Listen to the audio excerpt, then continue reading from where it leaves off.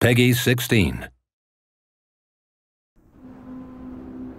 Hello, I'm Adam Hitaney. I'm the head of game design at Deck 13 Interactive, and I would like to welcome you to our demo of the Surge. With me today is Sebastian Zoibelt. He'll be doing the driving today. But before we begin, I'd like to give you a quick summary of our game. The Surge is a hardcore action RPG with a focus on tactical melee combat. We're in a dystopian near-future version of Earth. You can see here from the surroundings, things are a little broken up. In our game, global warming and ecological problems have advanced to crisis levels in the world. Likewise, the global economy is in shambles, so regular men and women are in a lot of trouble. It's really difficult for people to find work, so our hero, Warren, is lucky to have found a job at all, particularly at a company like Creo, which is dedicated to solving the world's ecological problems. So his first day on the job, he's getting his exo rig applied. You can see here attached to his body and some of our other materials. But something goes very wrong with this process. He loses consciousness and wakes up here. So let's get going. Okay, so this is an operations center. Functions a bit like a hub for us. You can do some crafting here. You can use your tech scrap to level up your exo rig, but we're not going to do that yet. We're going to head right into the action. This is one of our new co-workers.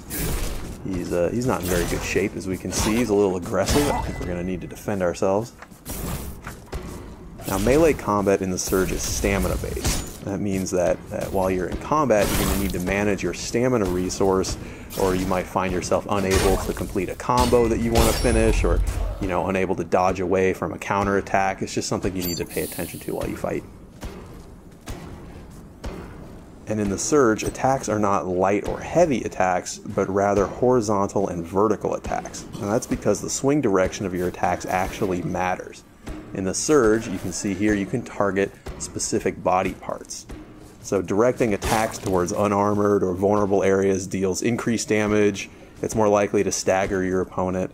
So it really pays to observe your enemies, pick out their weak points when you're going in for the kill there.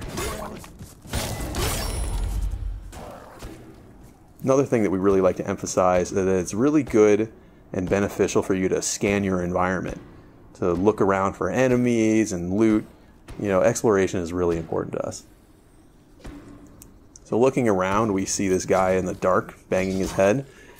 Now, he's different from the other enemies we fought so far in that he has a helmet, which is something that maybe we want to take home with us, make it ours. So that brings me to the other aspect of body part targeting, which is that if you target a body part and deal enough damage, you will then be able to use combat energy, like this, to execute a finishing sequence. It's mean. So you chop off that body part and you loot it, and then we can take that back to the operations center where we can use our new blueprint to craft that helmet for our very own selves.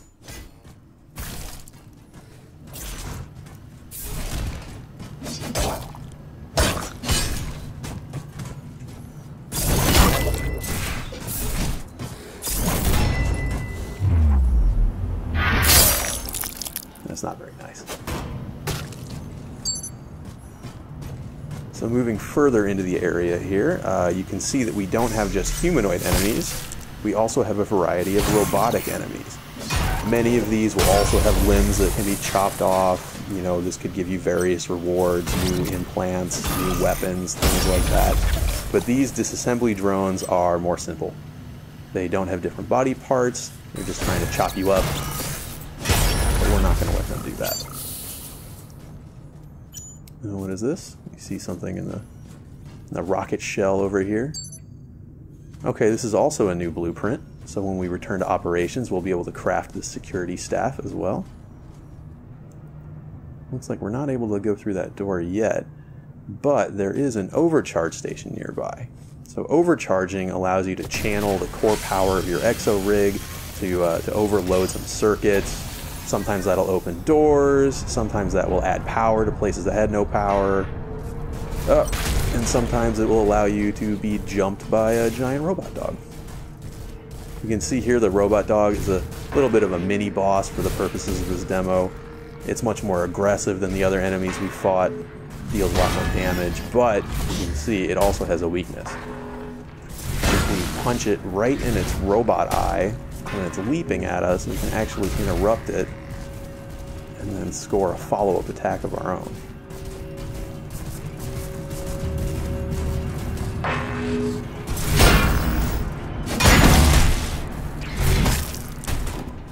Be careful. Alright. Now that we have him taken care of, we can explore the warehouse a little bit more. Oh, maybe he'll be friends. No, I guess not. I guess he doesn't want to be friends. Something that's really important to us is that all of our enemies have purpose in the world. You can see that these guys, they have a heavier rig, they have these forklift weapons.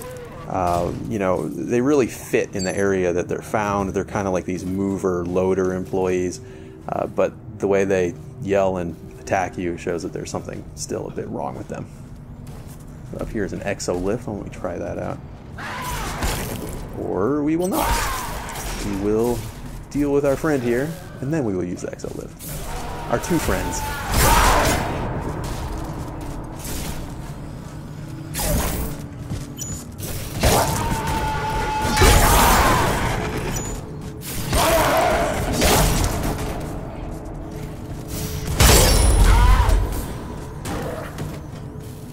Alright, well done. 2 for 1. Okay, so an exolift, it's the way that Warren can reach different vertical areas, can go higher or lower. It functions very much like a ladder, but we think it's cooler. Now here's another overcharge station. The difference is that this one is higher level. Now, like I mentioned before, exploration is a major element of the game for us, and you'll have a lot of reasons to explore the world of the Surge. We see our levels as being pretty Metroidvanian in nature. They're really interconnected, and you'll find a lot of areas that you're not able to access until later in the game, until you have more power or different capabilities. So when you find something that you're not able to open yet, it's really a good reason to backtrack later to fully explore. A lot of times you'll find other encounters or rare loot. But now that we've turned on the power to the warehouse here, we're able to go through this door that we just opened, which seems to open up a shortcut back to the operations. So that's a pretty good opportunity for us to craft some new gear with all these blueprints that we've gathered.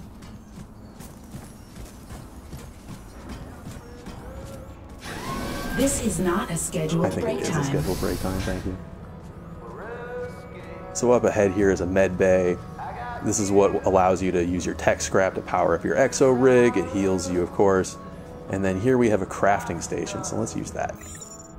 Okay, so we see the blueprints that we've acquired so far. We see the helmet, we see the staff. Let's go ahead and make these things. Make a staff, make the loader weapons.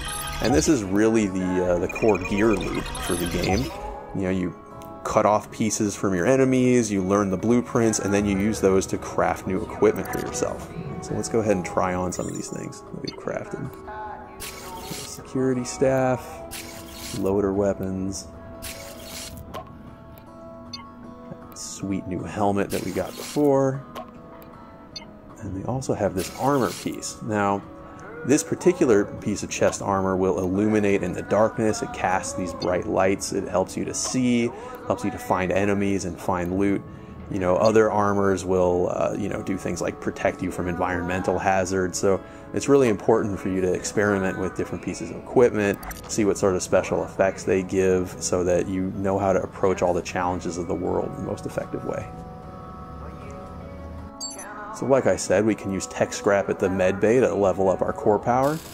Looks like right now, yeah, we don't have enough to get a full level up yet, but that's okay, because now we've banked that tech scrap so we don't lose it when we die. And then we also have the implants, which I mentioned before. So implants can have passive benefits. They can also be active injectables like Sebastian has been using to recover his health when he's low. But all implants use different amounts of core power.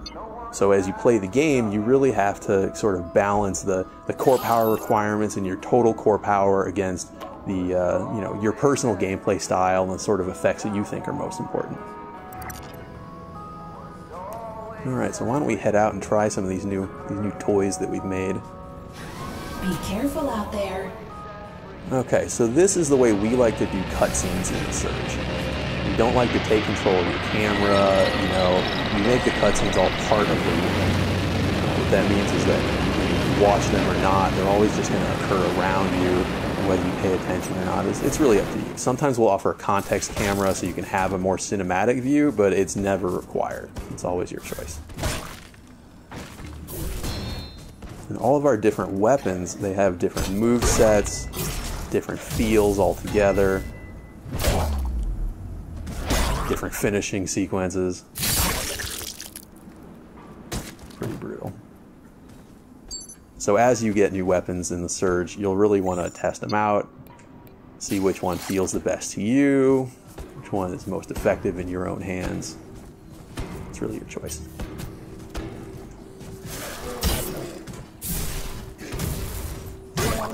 See, the loader weapons are a bit faster, more agile, a little more combo-y, but also pretty brutal.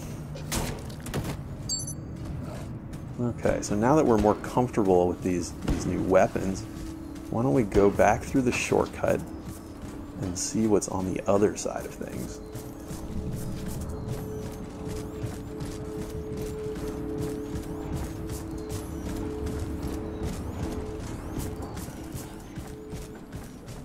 Super dangerous.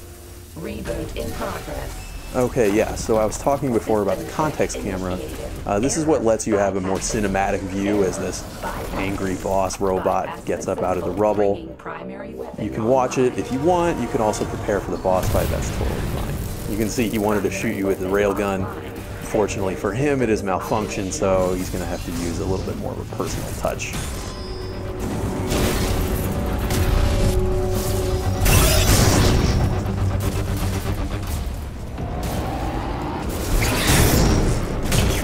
Sebastian is assuming that we're not actually doing damage to the boss's real health, but we are increasing the threat analysis meter. So I guess we should figure out what happens when the threat analysis is full.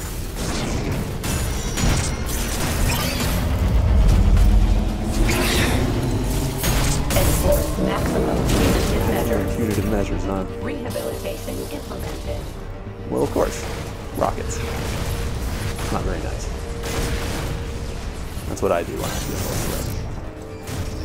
threat. But we still haven't dealt any damage to its real health bar.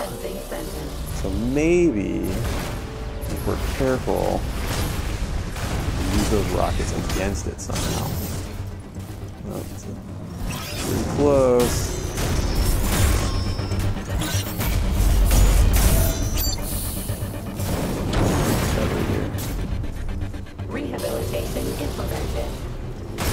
Okay, there we go. So now we force it to be hit by its own rockets. We're able to target its armor piece, knock it off, and then give it a good solid punch right in its robot brain, which has dealt some real damage. So let's see if we can repeat this process for victory. Now, one thing to note is that you know, this is one way to defeat the boss, but it's certainly not the only way to defeat the boss. And this easier method does not allow you to receive the most powerful loot. So if you want the best things off the bosses, then you'll have to fight them fair. Show honor. Not really. This is not really a game about honor. Threat analysis is almost full again. Let's see what happens. Enforce maximum punitive measures. Dispensing sentence. Okay, yeah. Down. Let's see if we can get at its other armor piece. Okay. Very nice. Boss defeated. Well done. So that's the Surge. Scheduled for release in 2017 on next-gen consoles and PC. Once again, I'm Adam Hatani for Deck 13 Interactive. Thanks for watching.